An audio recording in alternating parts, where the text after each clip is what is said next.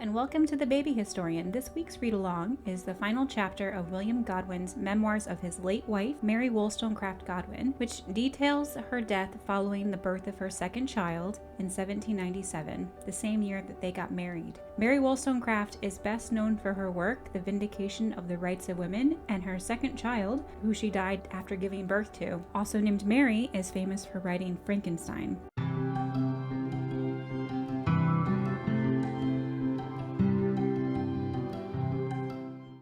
Warning, this video is going to deal in detail with maternal death. Chapter 10.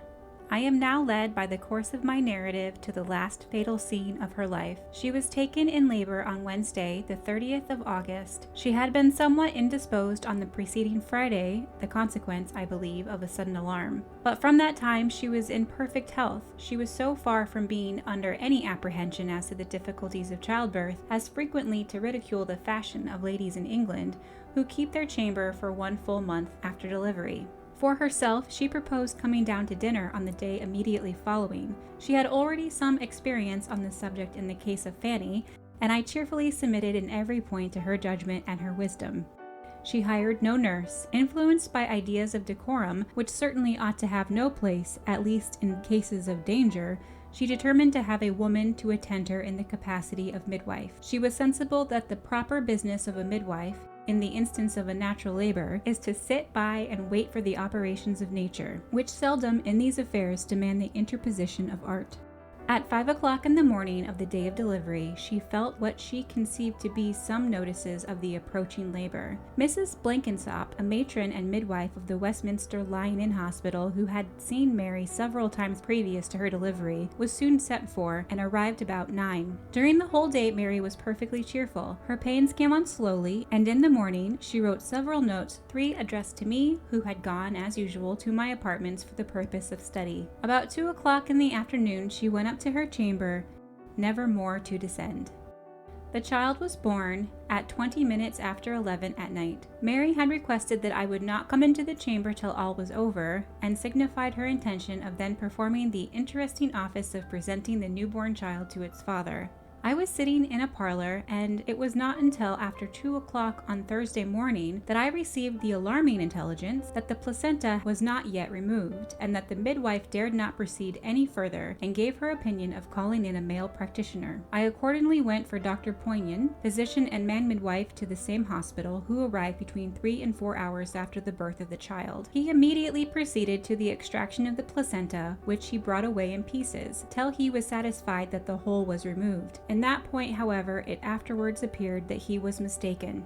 The period from the birth of the child till about 8 o'clock the next morning was a period full of peril and alarm. The loss of blood was considerable, and produced an almost uninterrupted series of fainting fits. I went to the chamber soon after 4 in the morning and found her in this state. She told me sometime on Thursday, quote, that she should have died in the preceding night, but that she was determined not to leave me, unquote. She added, with one of those smiles which so eminently illuminated her countenance, quote, that I should not be like Porson, unquote, alluding to the circumstance of that great man having lost his wife after being only a few months married. Speaking of what she had already passed through, she declared, quote, that she had never known what bodily pain was before, unquote. On Thursday morning, Dr. Poignan repeated his visit. Mary had just before expressed some inclination to see Dr. George Fordyce, a man probably of more science than any other medical professor in England, and between whom and herself there had long subsisted a mutual friendship. I mentioned this to Dr. Poignan, but he rather discounted the idea, observing that he saw no necessity for it, and that he supposed Dr. Fordyce was not particularly conversant with obstetrical cases, but that I would do as I pleased. After Dr. Poignan was gone, I determined to send for Dr. Fordyce. He accordingly saw the patient about 3 o'clock on Thursday afternoon. He, however, perceived no particular cause of alarm, and, on that or the next day, quoted, as I am told, Mary's case in a mixed company as corroboration of a favorite idea of his, of the propriety of employing females in the capacity of midwives. Mary, quote, had had a woman and was doing extremely well, unquote. What had passed, however, in the night between Wednesday and Thursday had so far alarmed me that I did not quit the house, and scarcely the chamber, during the following day. But my alarms wore off as time advanced. Appearances were more favorable than the exhausted state of the patient would almost have permitted me to expect. Friday morning, therefore, I devoted to do a business of some urgency, which called me different parts of the town, and which, before dinner, I happily completed. On my return, and during the evening, I received the most pleasurable sensations from the promising state of the patient. I was now perfectly satisfied that everything was safe, and that, if she did not take cold or suffer from any external incident, her speedy recovery was certain. Saturday was a day less auspicious than Friday, but not absolutely alarming. Sunday, the 3rd of September, I now regard as the day that finally decided on the fate of the object dearest to my heart that the universe contained.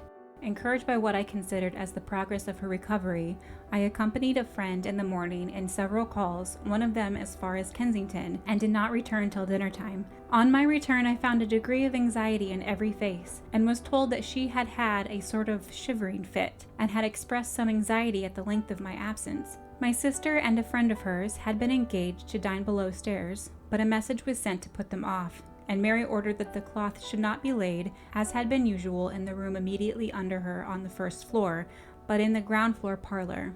I felt a pang at having been so long and so unseasonably absent, and determined that I would not repeat the fault. In the evening she had a second shivering fit, the symptoms of which were in the highest degree alarming. Every muscle of the body trembled, the teeth chattered, and the bed shook under her. This continued probably for 5 minutes. She told me after it was over that it had been a struggle between life and death, and that she had been more than once in the course of it at the point of expiring. I now apprehend these to have been symptoms of a decided mortification, occasioned by the part of the placenta that remained in the womb. At the time, however, I was far from considering it in that light. When I went for Dr. Poignan between 2 and 3 o'clock in the morning of Thursday, despair was in my heart. The fact of the adhesion of the placenta was stated to me, and, ignorant as I was of obstetrical science, I felt that if the death of Mary was in a manner decided, but hope had revisited my bosom, and her cheerings were so delightful that I hugged her obstinately to my heart. I was only mortified at what appeared to me the new delay in the recovery I so earnestly longed for. I immediately sent for Dr. Fordyce, who had been with her in the morning as well as on the 3 preceding days. Dr. Poignan had also called in this morning, but declined paying any further visits, as we had thought proper to call in Dr. Fordyce. The progress of the disease was now uninterrupted. On Tuesday, I found it necessary again to call in Dr. Fordyce in the afternoon, who brought with him Dr. Clarke of New Burlington Street, under the idea that some operation might be necessary. I have already said that I pertinaciously persisted in viewing the fair side of things, and therefore the interval between Sunday and Tuesday evening did not pass without some mixture of cheerfulness. On Monday, Dr. Fordyce forbade the child's having the breast, and we therefore procured puppies to draw off the milk. This occasioned some pleasantry of Mary with me and the other attendants. Nothing could exceed the equanimity, the patience, and the affectionateness of the poor sufferer. I entreated her to recover. I dwelt with trembling fondness on every favorable circumstance, and, as far as it was possible in so dreadful a situation, she, by her smiles and kind speeches, rewarded my affection. Wednesday was to me the day of greatest torture in the melancholy series. It was now decided that the only chance of supporting her through what she had to suffer was by supplying her rather freely with wine. This task was devolved upon me. I began about 4 o'clock in the afternoon, but for me, totally ignorant of the nature of diseases and of the human frame, thus to play with a life that now seemed all that was dear to me in the universe was too dreadful a task. I knew neither what was too much nor what was too little. Having begun, I felt compelled, under every disadvantage, to go on. This lasted for 3 hours. Towards the end of that time, I happened foolishly to ask the servant who came out of the room, quote, what she thought of her mistress, unquote, and she replied, quote, that in her judgment, she was going as fast as possible, unquote. There are moments when any creature that lives has power to drive one into madness. I seemed to know the absurdity of this reply, but that it was of no consequence. It added to the measure of my distraction. A little after 7, I entreated a friend to go for Mr. Carlisle and bring him instantly wherever he was to be found. He had voluntarily called on the patient on the preceding Saturday and 2 or 3 times since. He had seen her that morning and had been earnest in recommending the wine diet. That day he dined 4 miles out of town on the side of the metropolis which was furthest from us. Notwithstanding this, my friend returned with him after 3/4 of an hour's absence. No one who knows my friend will wonder either at his eagerness or success when I name Mr. Basil Montague. The fight of Mr. Carlisle thus unexpectedly gave me a stronger alleviating sensation than I thought it possible to experience. Mr. Carlisle left us no more from Wednesday evening to the hour of her death. It was impossible to exceed his kindness and affectionate attention. It excited every spectator and a sentiment like adoration. His conduct was uniformly tender and anxious, ever upon the watch, observing every symptom, and eager to improve every favorable appearance. If skill or attention could have saved her, Mary would still live. In addition to Mr. Carlisle's constant presence, she had Dr. Fordyce and Dr. Clarke every day. She had for nurses, or rather for friends, watching every occasion to serve her, Mrs. Fenwick, author of an excellent novel entitled Secrecy, another very kind and judicious lady, and a favorite female servant. I was scarcely ever out of the room. 4 friends, Mr. Fenwick, Mr. Basil Montague, Mr. Marshall, and Mr. Dyson, sat up nearly the whole of the last week of her existence in the house, to be dispatched on any errand to any part of the metropolis at a moment's warning. Mr. Carlisle being in the chamber, I retired to bed for a few hours on Wednesday night. Towards morning, he came into my room with an account of the patient that was surprisingly better. I went instantly into the chamber, but I now sought to suppress every idea of hope. The greatest anguish I have any conception of consists in that of crushing a newborn hope, which I had already 2 or 3 times experienced. If Mary recovered, it was well, and I should see it in time enough. But it was too mighty a thought to bear being trifled with, and turned out and admitted in this abrupt way. I had reason to rejoice in the firmness of my gloomy thoughts when, about 10 o'clock on Thursday evening, Mr. Carlisle told us to prepare ourselves. We had reason to expect the fatal event every moment. To my thinking, she did not appear to be in that state of total exhaustion which I suppose to precede death, but it is probable that death does not always take place by that gradual process I had pictured to myself. A sudden pang may accelerate his arrival. She did not die on Thursday night. Till now, it does not appear that she had any serious thoughts of dying, but on Friday and Saturday, the 2 last days of her life, she occasionally spoke as if she expected it.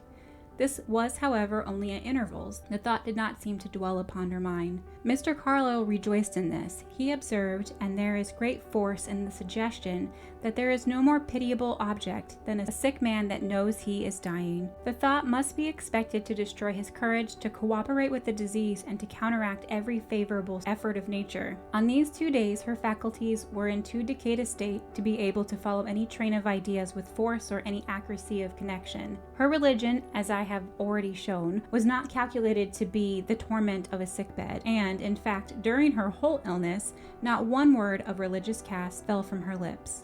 She was affectionate and compliant to the last. I observed on Friday and Saturday nights that whenever her attendants recommended to her to sleep, she discovered her willingness to yield by breathing, perhaps for the space of a minute, in the manner of a person that sleeps, though the effort, from the state of her disorder, usually proved ineffectual.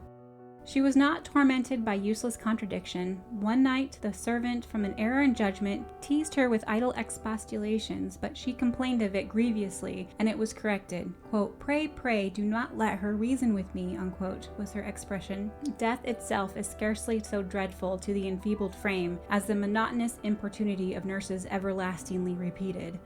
Seeing that every hope was extinct, I was very desirous of obtaining from her any direction she might wish to have followed after her decease. Accordingly, on Saturday morning, I talked to her for a good while of the 2 children. In conformity to Mr. Carlisle's maxim of not impressing the idea of death, I was obliged to manage my expressions. I therefore affected to proceed wholly upon the ground that of her having been very ill, and that it would be some time before she should expect to be well, wishing her to tell me anything that she would choose to have done respecting the children, as they would now be principally under my care. After having repeated this idea to her in a great variety of forms, she said at length, with a significant tone of voice, quote, I know what you are thinking of, unquote, but added that she had nothing to communicate to me upon the subject. The shivering fits had ceased entirely for the last 2 days. Mr. Carlisle observed that her continuance was almost miraculous, and he was on the watch for favorable appearances, believing it highly improper to give up all hope, and remarking that perhaps 1 in a million of persons in her state might possibly recover. I conceive that not 1 in a million unites so good a constitution of body and of mind. These were the amusements of persons in the very gulf of despair. At 6 o'clock on Sunday morning, September the 10th, Mr. Carlisle called me from my bed, to which I retired at 1, in conformity with my request that I might not be left to receive all at once the intelligence that she was no more. She expired at 20 minutes before 8. Her remains were deposited on the 15th of September at 10 o'clock in the morning in the churchyard of the Parish Church of St. Pancras, Middlesex. A few of the persons she most esteemed attended the ceremony, and a plain monument has been erected on the spot by some of her friends with the following inscription: Mary Wollstonecraft Godwin, author of A Vindication of the Rights of Women, born 27th April 1759, died 10th September 1797. The loss of the world in this admirable woman I leave to other men to collect. My own I well know, nor can it be improper to describe it. I do not here allude to the pleasures I enjoyed in her conversation. These increased every day, in proportion as we knew each other better, and as our mutual confidence increased. They can be measured only by the treasures of her mind and the virtues of her heart. But this is a subject for meditation, not for words. What I purposed alluding to was the improvement that I have forever lost. A circumstance by which the two sexes are particularly distinguished from each other is that one is accustomed more to the exercise of its reasoning powers, and the other of its feelings. Women have a frame of body more delicate and susceptible of impression than men, and, in proportion as they receive less intellectual education, are more unreservedly under the empire of feeling. Feeling is liable to become a source of erroneous decisions, because a mind not accustomed to logical analysis cannot be expected to accurately discriminate between the simple dictates of an ingenuous mind and the factitious sentiments of a partial education.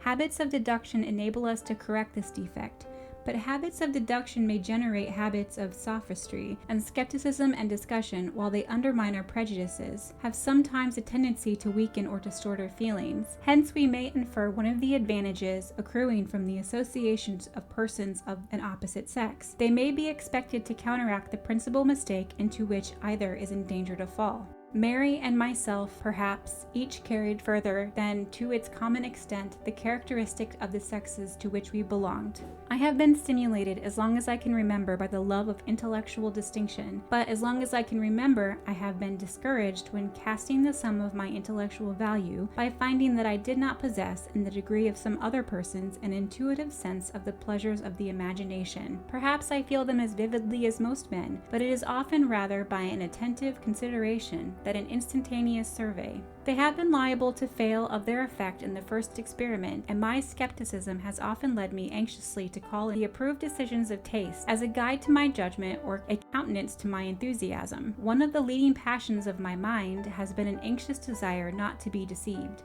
This has led me to view the topics of my reflection on all sides, and to examine and re-examine without end the questions that interest me. Endless disquisition, however, is not always the parent of certainty. What I wanted in this respect, Mary possessed in a degree superior to any other person I ever knew. Her feelings had a character of peculiar strength and decision, and the discovery of them, whether in matters of taste or of moral virtue, she found herself unable to control. She had viewed the objects of nature with a lively sense and an ardent admiration, and had developed their beauties. Her education had been fortunately free from the prejudices of system and bigotry, and her sensitive and generous spirit was left to the spontaneous exercise of its own decisions. The warmth of her heart defended her from artificial rules of judgment. It is therefore surprising what a degree of soundness pervaded her sentiments. In the strict sense of the term, she had reasoned comparatively little, and she was therefore little subject to dissonance and skepticism. Yet a mind more candid in perceiving and retracting error when it was pointed out to her perhaps never existed. This arose naturally out of the directness of her sentiments and her fearless and unstudied veracity. A companion like this excites and animates the mind. From such a one we imbibe what perhaps I principally wanted, the habit of minutely attending to first impressions and justly appreciating them. Her taste awakened mine. Her sensibility determined me to a careful development of my feelings. She delighted to open her heart to the beauties of nature, and her propensity in this respect led me to a more intimate contemplation of them. My skepticism in judging, yielding to the coincidence of another's judgment, and especially when the judgment of that other was such that the more I was made experiment of it, the more I was convinced of its rectitude. The improvement I had reason to promise myself was, however, yet in its commencement, when a fatal event, hostile to the moral interest of mankind, ravished from me the light of my steps, and left me nothing but the consciousness of what I had possessed and what I must now possess no more. While I have described the improvement I was in the act of receiving, I believe I have put down the leading traits of her intellectual character from whom it flowed. The End.